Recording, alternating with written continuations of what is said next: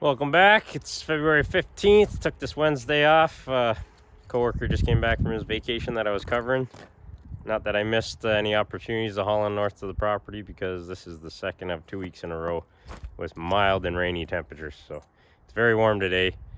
I don't know. It's supposed to be 9 degrees even way up at the property. So that kind of sucks. As you can see here, we're loaded up.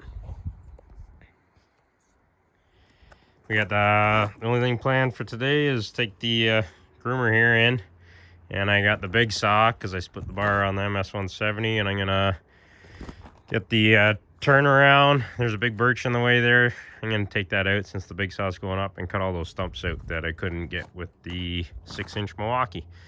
So not much planned for today. But on my way north, I'm going to stop and test drive a piece of equipment that might be able to help me get stuff in a little better than the Scandic, and especially year round. So I sold my backcountry a week ago, my other snowmobile, try to free up some cash to get a summer vehicle to get this project done this year. So we got a few things lined up on Kijiji and test drives at dealerships and stuff like that over the next week or so.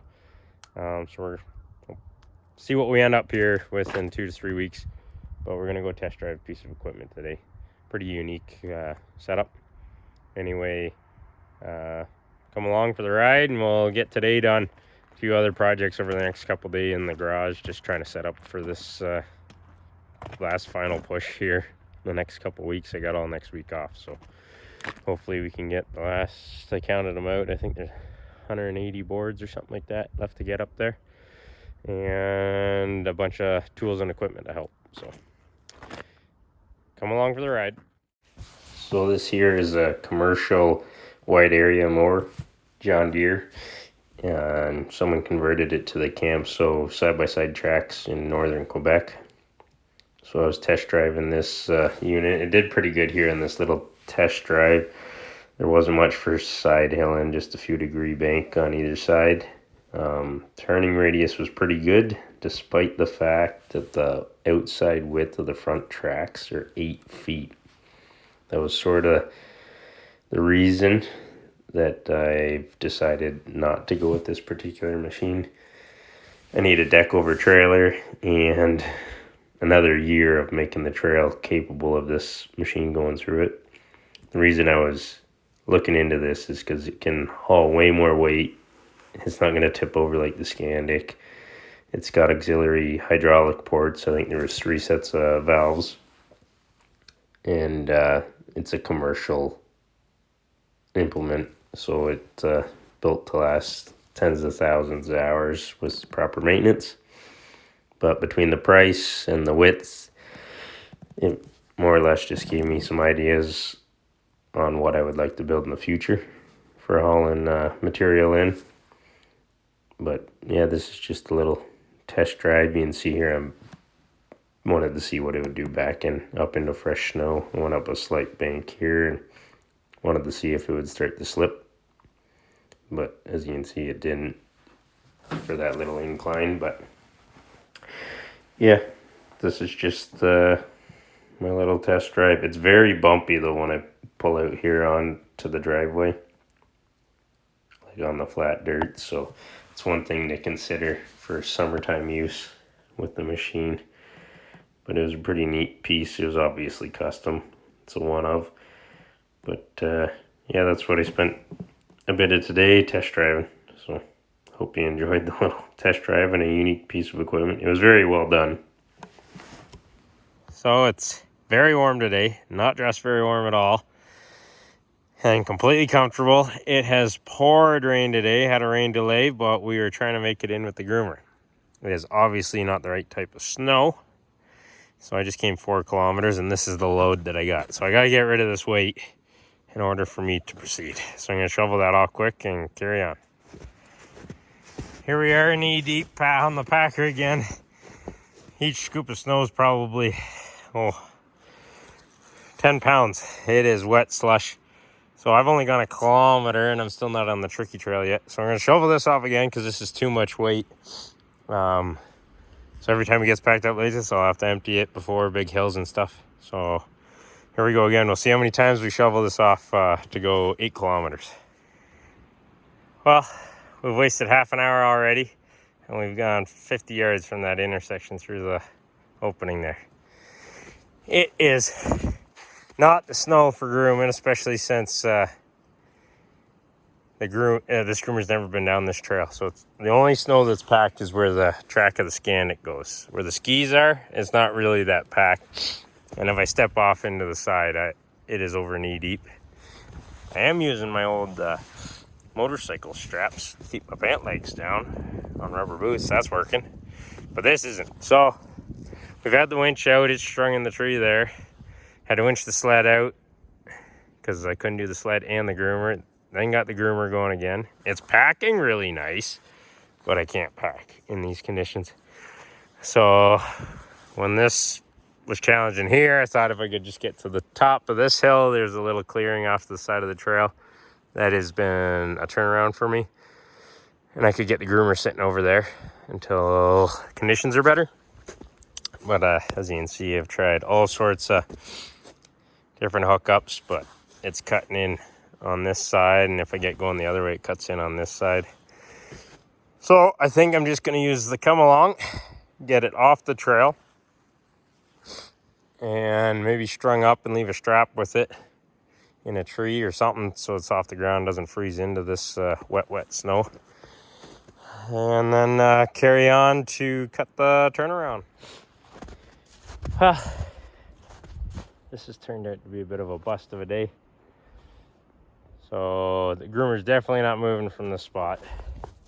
I got it standing up.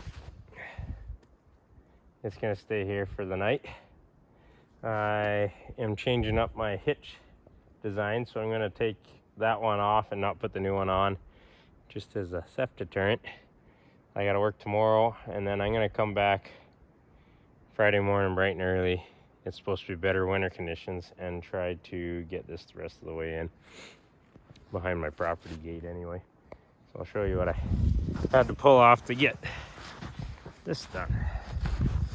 We used that ski pulling strap to give me a loop, put the snatch block on it just to take up some length, the blue synthetic rope, so I'd doubled it up there so I didn't have to wind it all in. And now I cranked it up, and I'm gonna bring my winch with me and that strap that was on it, but we have this locked in now to hold it sitting vertical so I can get the sled by. And it's gonna sit like that for a couple days. So I'll get the snowmobile by it after I get the hitch off of this one. I was gonna go all the way in and change the hitch on the carry-ons because I'm going to a J-hook style. I had to use that one for this trip because I just got a call just now that my J-type hook hitch is in. So I'll put that on tomorrow, and then I'll be running that setup. It is raining now, and we are gonna get out of here. We got the hitch off there. That was the old setup. These for bending and alignment for that pin to drop back through is a pain in the butt. So we're going to that, which is a little bit more stout. Now the washers that came with this shaft do not fit over above the threads. So I'm gonna have to bring more 3/4. These are my 3/4 washers from my bolt bin, so we'll bring 2 more up. I just need the inside of this one and on each setup to carry on in this. So we'll get my winch back out of there. So that's it. We'll see you Friday, and we'll see you in the garage. Bit of a bust, but we at least got it trucked up here because I keep running out of trailer space. This year with having the sled on the trailer, I have to be mindful of weight capacity, and I lose space. So I can only do about 60 boards a load, which is only 2 trips with the carry-on. So it's a lot more fuel in the truck and time driving back and forth that way. So we're trying to be strategic with our loads up here to do it in as few as possible. And this rain day, I figured it'd be worth just getting this up here. So it is here, it's just not all the way in. So the new hitch came in, just getting things ready for tomorrow morning to try to get that snow groomer in.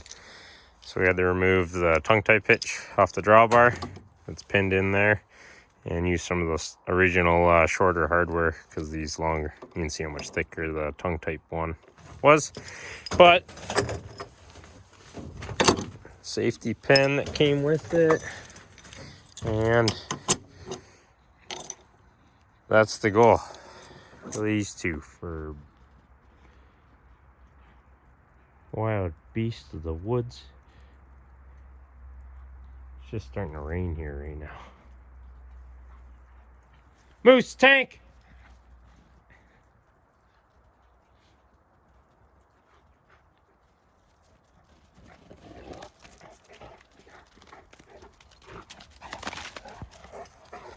Welcome back to another day. We're up here on the Friday. That Wednesday was a bust. Shouldn't have even tried it, but my schedule only allowed for the Wednesday. But we had to change our plans for Friday and come back up because of the situation we put ourselves in. So I got the galvanized eyelet, 8-inch, half-inch diameter, double nylon nut, jam knotted together, so that shouldn't come off. But doesn't slide very smoothly as of yet in there because of the galvanized coating on the half-inch hardware, and it's only a half-inch hole. So it might self-clearance over time, but right now it's not going to be really spring activated. Anyway, the groomer's still here. No one stole it, so that's good. Now we just gotta free it up. So it's minus 10 this morning. We were supposed to wake up to fresh 6 inches of snow. As you can see, we probably only have about an inch now, but it is snowing, so which is good and bad. The trail's hard. That's how heavy that is. The trail's good and hard, and I got a little bit of snow, and it's the right type of snow that this won't get too heavy. So hopefully I'll groom this out. I'm probably just gonna go in with it. Got to take out those 4 stumps from when I split the bar, and then I'm gonna drop that one birch tree that's in the way of my turnaround and try this out and make sure I can turn it around without too much fuss. Anyway, stick with me, we'll push forward. So there's the new setup. It was way easier to just pull that safety R clip right there and snap it over, and unhooking should be much easier as well. So I'm glad with the upgrade. And I just pulled it about 10 feet, and it was like butter versus the battle I had on Wednesday. So that's how strategic you have to be with towing the groomer. You gotta wait for the right snow conditions. So we've made it in. It's been easy towing. The trail's in pretty rough shape from 2 weeks of melting. As you can see here, the sides are hard because this groomer is wider than the tire ones, and the tire ones sort of go down the trail like a U because the tires flex. So it takes a bit of snow to get, we need another 2 inches groom, and then 2 inches in groom, and I could probably get it flat. But it made some areas look quite nice actually on the way in. It's just the trail went for a crap the past 2 weeks. So we're here, gonna take out those stumps, shovel some snow over them, and then try grooming up that and see if that line's much better.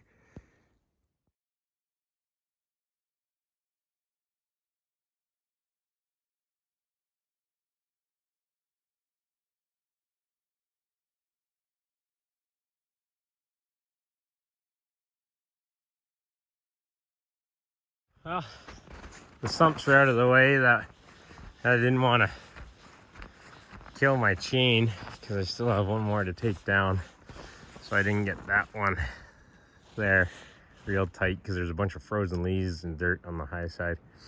Anyway, it was wide enough between it, and if we get more snow I can get it covered up so that the groomer won't grab it if I forget it's there. We're gonna pack up and make the next 70 yards into the turnaround, and we'll take down that birch tree and then unhook the groomer and get out of here. That birch right there, the dead one. We'll drop that. And that was the tightest part of this turnaround. Try to cut it off as flush as we can. We'll dig down with the shovel and then cover it with snow so we don't grab it with the groomer. And then we'll finish out the day with changing this hitch to an eye bolt one as well. Well, not a very productive one for you as this go around, but we got the hitch changed out there, so that was good. It was a pain in the butt because I didn't bring long enough extension, but tire groomer's still sitting there. Turnaround is all right. Got that felled and all bucked out of the way. I got to cut it pretty flush to the ground, so there's like 18 inches of snow on top of it. But when I tried to do the turnaround, because the sled's up there on that slope, groomer's down here, by the time it gets around the corner, I tipped it on its side and had to winch it to that tree there. Get it back righted, but we'll get better at it, and this corner will be better. So we got the groomer leaned up there. Took a few measurements on the Pelican hitch because I need to make it work with the J hitch here. So I'm going down to the farm for a couple days this weekend. So I built this down at the farm there a couple days ago. That was just a 3/8 loop with 1/2-inch threads in there. I was gonna weld it to a section of pipe, but then when I was at the hardware store, I saw that 5 of these 1/2-inch square washers stacked together is the 1 1/8 that I needed. So I just put a weld on the back 2 corners and welded around that. And then I found a couple scrap little tabs down there and gave it a couple proud ears. And that's just so that when I bolt it into the Pelican with a single bolt, it can't spin. And the only pivoting is happening in here. And then one of my bloopers at the hardware store, I thought that was black, but it's dark green. So that's the color it's getting. And then we got the 1/2-inch hardware and an eyelet nut for it. So that'll be ready to go when we get up there on Wednesday. So we made it in. We're gonna install this new hitch. Hopefully it fits. You can see I brought the Milwaukee just in case, but there was no trees down on the way in, and it looks all good around the turnaround. We're just going to install this quick, hook onto the carry-on toboggans. How does it fit? It might need some persuasion. We made it snug. We'll get the axe.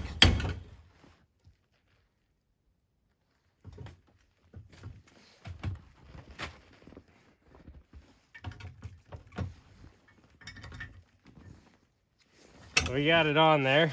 Couldn't use the 1/2-inch hardware that I brought for it because the 1/2-inch square washers went too deep into the hitch and got into the radius. So the hole I couldn't get deep enough to line up. So the stock hitch on the carry-on, remember I put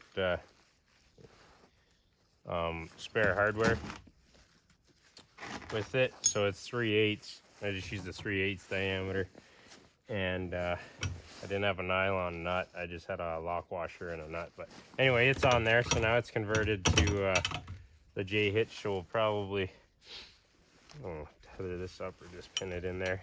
So it's just taking out that 3/8 bolt, and you can go right back to a tongue type hitch if you had to. So we're just gonna put that spare nut that I've lost here and that washer on this so we don't lose it, and pack up, hook onto the carry-on, and we'll get out of here. Anyway, the width between the tabs is good, so there's absolutely no way that this can pivot on the single bolt because of the tabs on either side. It was a snug fit. Definitely took the hatchet to even get in there. It won't rattle around. Not that the rest of the hitch doesn't. But it's family day weekend here in Ontario, so we're with family for the next 3 days, and then I have all next week off, and will be doing what I can with the conditions that I have. So we'll see you next week. There should be a ton of material in here by the end of the week. There better be. Take care. See you next time. February 20th, which is the family day Monday, here late in the afternoon. Just got home and settled in from family stuff. So you saw that Pelican hitch that I modified there on Saturday. One of the other things, so I sold one snowmobile, and I'm up in the air with what I want to buy. I test drove that piece of equipment that you'll see. Tracked vehicle, obviously more traction, and doesn't make some deep ruts in the mud holes I gotta go through. But I do have this tractor, and it is quite capable. With 3-point attachments, I have access to a cement mixer out back. So I'm going to do a little experiment today and see if I can make it a little bit more stable, because it is pretty treacherous terrain. So I'm going to try to flip all 4 tires and hope that it looks like the offset is right in the center of the dish. So we'll see how much width we can gain, and then we're going to leave the tire chains on when we're in the bush for traction, because these are just turf tires.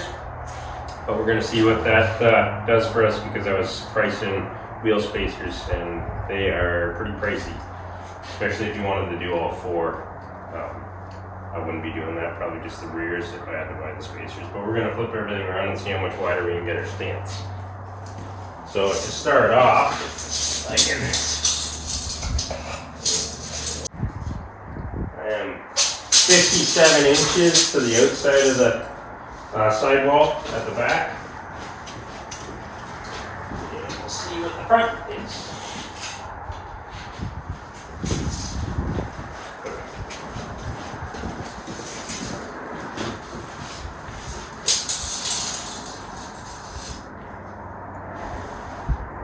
.46.5 inches in the front. So we'll see what we can gain there. I'll let you know. So up front, spun around and measured 46.5 the first time to 54.5 the second time. So it's the equivalent of a 4-inch spacer on either side. So I'm 8 inches wider. Then we'll do the back. And I believe we were 57 before to 61.5. So we didn't gain as much in the back. A couple inch spacers equivalent, I guess. But you'll see how that handles in the property with a little bit wider, because the tractors are fairly tippy in side hill situations. Yeah, we'll see how that works.